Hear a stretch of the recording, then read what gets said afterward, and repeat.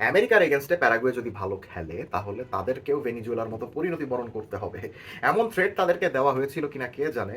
Otherwise United স্টেটসের এগেনস্টে প্যারাগুয়ের ডিফেন্সের এরকম স্পেকটাকুলারলি ব্যর্থ হওয়ার আর অন্য কোনো কারণ পাওয়া যাচ্ছে না। দেখেন, আপনি যখন 4-4-2 ফরমেশন মেনটেন করবেন এবং আপনি যখন একটা ডিফেন্সিভ টিম, তখন আপনাকে বিটুইন দ্য লাইন্স যে গ্যাপগুলো রয়েছে সেই গ্যাপগুলো যেন না থাকে সেই জিনিসটা ইনশিওর করতে হবে।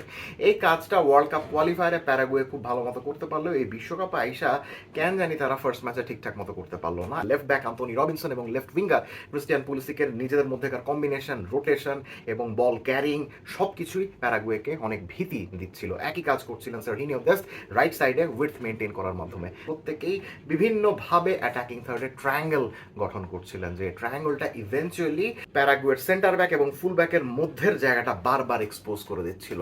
এই ম্যাচে আমেরিকার খেলা দেখে মনে হয়েছে যে আমরা মরিসিও পচেতিনো সে বিখ্যাত টটনহাম হটস্পারের খেলা দেখছি।